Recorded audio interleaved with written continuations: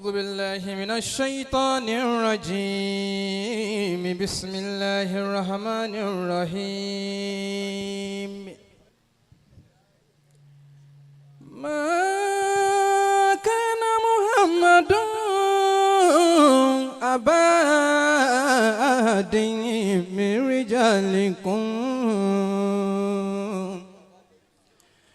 ولكن رسول الله وخاتم النبي وكان الله بكل شيء عليما إن الله وملائكته يصلون على النبي يا أيها الذين آمنوا صلوا عليه وسلموا تسليما لك الحمد يا إلهي ولك الشكر يا خالقي الله أحمدك ربي أبلغ حمدي وأنماه وأفضله ونصلي ونسلم على سيدنا ومولانا محمد صلى الله عليه وسلم وعلى آله وأصحابه وذرياته ومن تصرف بتصرفه إلى يوم الدين آمين أكي الله الله أكبر أشهد صلاة فالنبي ومحمد صلى الله عليه وسلم أي ندوة ليوم النبي داداني الله عليه وسلم أنا أتيجي أملا تو Ọlọ́run bá a ṣe yín pẹ̀lẹ́pẹ̀lẹ́. آمين Ìkàlẹ̀ gbogbo àwọn àgbàlagbà tó wà lórí ìjókòó yìí kò ṣeé lọ láìkí. Inshallah. Bàbá wa ṣífì mọ́ọ̀mù gbogbo wa nílùú Òwu wọ́n bẹ́ ń kalẹ̀. Bàbá ń Bàrígà àwọn náà ń bẹ́ ń kalẹ̀.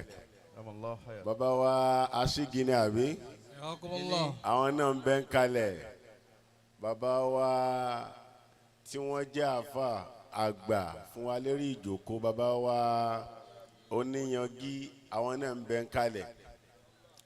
Àwọn mọ̀nyán bàbá wa tí wọ́n gba owó ọ̀pọ̀jùmọ́ náà ní bàbá Kájọlà. Nam tó ẹ ti ń gbà tipẹ́ Ọlọ́run ọ̀rọ̀ tí ó mú ọpẹ́ kó ń gbèsè ayé yín Ọlọ́run níjẹ́ rí o. Àmín. Mo kí yín púpọ̀ gbogbo àgbàlagbà tó fi wá dórí àwọn ọmọ ìyá mi Òjìbára bulubulu le Kadiriya àti afáwọn ọkọ ìyàwó tuntun Ṣéhù Fọ́rìn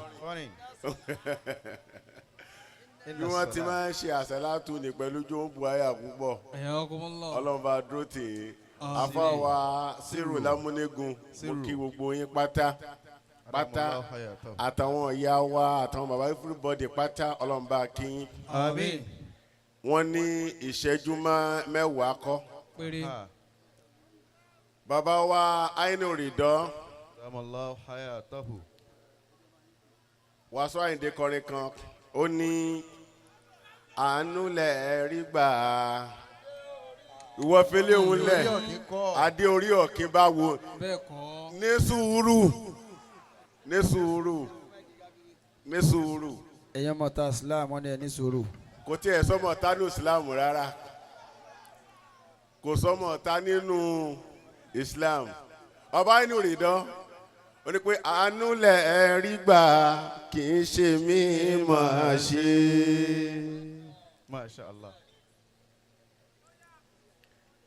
Ayé bẹ́ẹ̀ kọ́ adé orí ọ̀kìn ẹ̀fẹ́ ló ń lẹ̀ fún Wasiu Àyìndé.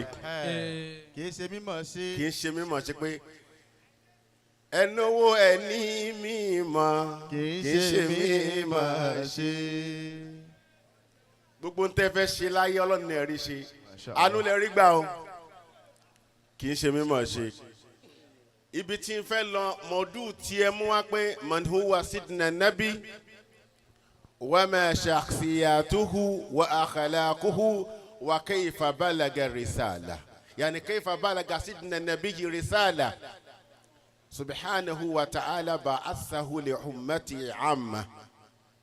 كل النبي من الأنبياء السابقين أرسلهم الله تعالى إلى قومه خاصة بخلاف رسالة الرسل السابقة. ما شاء الله. وما أرسلناك إلا رحمة مبشرا ونذيرا. bọ̀sùn torí bàbá lórí dánwò àdàbí àná lò lálẹ́ yìí ṣàwùsù bíláì kí n gbọ́. أعوذ بالله من الشيطان الرجيم. àwọn tó bí wa àdàbí àní wọ́n hánrán agbájínà ti kéwù. بسم الله الرحمن الرحيم. لقد كان لكم في رسول الله لقد أسوة. كان لكم في رسول الله أسوة حسنة لمن كان يرجو الله واليوم الآخر وذكر الله كثيرا. bàbá wa Sheikh Anasiri nígbà tí wọ́n ṣe jíngù nìbọ̀ wọ́n wá ń kábọ̀ mọ́ni huwa nabi wa masha subhanahu wa tahaddatha kulla shay'in an-nabi sallallahu alayhi wa sallam. alam nashrah laka sadrak. يعني ذكر الله كل شيء عن سيدنا النبي صلى الله عليه وسلم أودعنا عنك وزرا. kò sí ntọ́lọ́wọ́n ọba òsọ nípa ní Muhammad àdìsàkìyàtù yàní kayfa balaga nabiyyi risalatahu anabi lo 63 years láyé ibi tí ń sọ nìyẹn kó jẹ́ wàásù gbogbo àwọn àfàtàfẹ́ pèpè pátá. anabi lo 63 years láyé ó dẹ̀ fi 23 years jíṣẹ́. báwo la anabi ṣe manage 23 years tó dẹ̀ jíṣẹ́ gbogbo ayé kí wa ma arsalnaka illa rahmatan lil alamin qul ya ayyuhan nasu inni rasulullahi ilaykum jami'an.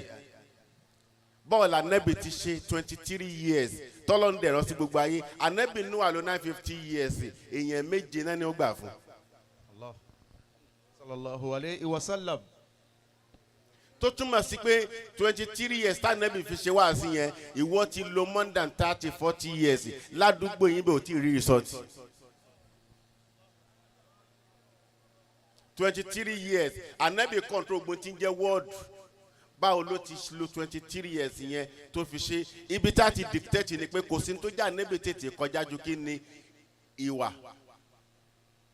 يعني كان معروفا قبل بعثته بالصدق والأمانة ولذلك تجد أحمد الشوقي إنما وصف سيدنا النبي قال لقبتموه أمين لقوم في السجر وما الأمين على قول بمنتهم وما الأمين على قول بمنتهم إن جاء النبي دي تقبي واسي pé ntọ́lọ́run fẹ́ lélẹ́yìí èpè ni wọ́n ṣẹ́ fún. kò sí tó jẹ́ kí wọ́n ànábì rí lọ ní kíni ìwà ẹni tí ò ti dà nábì ta ti ń fi dáadáa ròyìn ẹ̀ èyí tọ́lọ́run fẹ́ fi ròyìn ẹ̀ tó kọjá kíni innaka la'ala khuluqin adhim. ẹni tó fẹ́ jẹ́ adda'iyatul islami aw adda'iyatu an-najihi fa alayhi an yatakhalaqa bi akhlaqihi sharifa. ìwà ló kù lára wa àfa lónìí ní òjá àríṣẹ́ jẹ́mọ́ bá a ti fẹ́ rí òun la fi ń jíṣẹ́ kì í ṣe bọ́lọ̀ ti fẹ́ rí. فاقل بدورا وفاقل أنبياء فكم بالخلق والخلق من حسن ومن عظم بالخلق والخلق من حسن ومن عظم. gbogbo ẹni bá fẹ́ jíṣẹ́ láyé kó lọ bọ́ bó ti fẹ́ kó lọ bọ́lẹ̀ kó gbé bọ́lọ̀ ti fẹ́ kó òun rí ni kó wọ̀ tó bá fẹ́ pass. ṣùgbọ́n lónìí gbogbo wa duat tá n pèpè èyí tó pọ̀ jù nù wa bá a ti fẹ́ òun la fi ń sọ̀rọ̀. bí mo ṣe rò pọ̀rọ̀ yìí ṣe jẹ́ kó rí òun ni mo ṣe ń sọ kì í ṣe bọ́lọ̀ ti fẹ́ orí ìyẹn ní ń fa ọ̀pọ̀lọpọ̀ fáwọ́dọ́ tí ń ṣẹlẹ̀ láwùjọ wa lónìí. kò possible kí àfa ní mo dù wá sí kó ṣe mistake ọ̀rọ̀ sísọ. kò rọrùn àwọn lábàá gan wọn máa kọ́ sínú kíni láti fi gáìdì wọn kán máa kọjá nù ibi tí wọ́n wà bẹ́ẹ̀ bá wàá fẹ́ lómi 10 minutes ní òun ò lè lo 10 minutes orin náà ṣe fún ẹ kó máa ṣe sọ ni kí láǹfààní tí ń bẹ bí kó ojó látàárọ̀ fún wákàtí kan kò sí tó fẹ́ gé ní bẹ́ẹ̀. izan bá a ti fẹ́ yìí ká ṣe kíni ká bọ́ọ̀lẹ̀ bọ́ọ̀lọ̀ ti fẹ́ àárí bó ti fẹ́ ká ṣe jẹ́sẹ̀ ní ká lọ gbé wọ̀ tá bá fẹ́ náà ṣèyọrí if not ojú kan láà máa pò yìí bàbá wa àìnásírí wọ́n ní wọ́n ń bú ànábì wọ́n ṣe gbá wọ́n ṣàwò àbí kò sí ń tóbi àwa tẹ́ ẹ dárúkọ náà la fà á kò sí tí ń jẹ́ àṣàlébù dáwà mọ́nu gbogbo wa àti tá à ń ṣe lónìí kí ni tiẹ̀ ọlọ́run ní lakum dinukum waliya kò sí tó kàn pẹ̀lẹ́ nìkankan fi wọ́n lẹ̀ ànábì náà bá wọn lò gbà kò pa wọn kò ṣépè fún wọn kò ṣe nǹkan kan fún wọn tó bá tirẹ̀ ń tí ń ṣe wáàsí títí ń fè pẹ̀lú oníwàásí kọ́ ó ò lè pè yàn ànábì Muhammad sọ̀hábà kan ó máa ń mu ọtí báwọn sàhábà tí wàá rí wọn ní ẹ ṣépè lé lórí ànábì ní rárá ẹ má ṣépè fún èyí tó ń mọ̀ ni pé annahu yuhibbullaha wa rasulahu ó ní fọlọ́sì ní fa ànábì Muhammad bó tilẹ̀ jẹ́ pọ́lọ́ títú ànábì tún fún ní huruma pé kí ni ó ṣáàtì fẹ́ rọ́lá ànábì Muhammad law anfaqta ma fil ardi jami'an ma allafta bayna qulubihim walakinna Allaha allafa baynahum ìwà la lè fi kọjá o kò sí tó jẹ́ ànábì rí 23 years yẹ maintain tó bá kọjá ìwà kò lè ráṣẹ yọrí ṣe ẹ wo bàbá wa àìnú rìdán ẹni ọgbà tán wá sí Cairo ẹnìkan sọ fún wọn pé àìnú rìdán òun ti mọ̀ wọ́n láti bíyà 2009 2010 báwo la àìnú rìdán ṣe maintain 29 wọ 2024 táwọn ọdún náà ẹ jẹ́ ká lọ gba assignment 2009 àwọn tí ń bẹ before gbà náà ó lóun mọ̀ wọ́n 29 24 how many years now 10 years 15 ẹ wá ha dẹ̀ ǹgbà táyé ní òrìdán ti ń bọ̀ wá ká sọ pé 30 years tán ti ń dún tán dẹ̀ sí ń rí maintain tí dídún ò sì lọ́lẹ̀ báwo láyé ní òrìdán ṣe lè rí control gbogbo àwọn bàbá ń bàrígà tí wọ́n jọ ń bọ̀ wá tán sì jọ ń ṣe títí dì sìn tájọ ṣe yẹn ò sì bàjẹ́ báwo láyé ní òrìdán ṣe ṣe pẹ̀lú àwọn tó tún wá jẹ́ sàbáàbù tí wọ́n ń bọ̀ wá látẹ̀rí orí fọ́rìn àjíbára ni o lámúnigun ni o gbogbo àwọn ọ̀dọ́ tí wọ́n wá kú mọ́ra báwo ni wọ́n ti ṣe tí wọ́n sọ kí bàbá ẹ mú wá ká tó wá. Masha Allah. laqad kana lakum fi rasulillahi uswatun hasanatun liman kana yarjullaha wal yawmal akhir wa dhakara Allaha kaseera. ẹlòmíín náà fẹ́ pé wọn ní dá lóhùn bàbá inú rìdọ́ mo bá yín dúpẹ́ o. alhamdulillah. ìwà tọ́lọ́run ti fún yín ọlọ́run má gbà á. Àmín. mo sọ pé àánú lẹ̀ rí gbà á kì í ṣe mí máa ṣe. ìwà bẹ́ẹ̀ ọlọ́run má gbà lọ́wọ́ yín o. Àmín. ọlá nàbí iwájú ọlọ́run. Àmín. ọlá la ilaha illallah. Àmín. àánú ẹ̀rí gbà kì í ṣe mí máa ṣe. àyínú rìdọ́ òkèlẹ́wà ẹ̀ ní jábọ́ o. Àmín. La ilaha illallah, la ilaha illallah. La ilaha illallah. La ilaha illallah. La ilaha Àìnú rìdọ́. illallah. La ilaha illallah. Ìtú yẹ ní ilé kálíkè. Madadi tu Yẹ ní ilé kálíkè. Tẹ́múdà yàdé ìkànnà wáyẹ̀dé. Àmín. La ilaha illallah. La ilaha illallah. alali tu Kizani watu silani. Kizani watu silani. ila Mama, fili rashadi.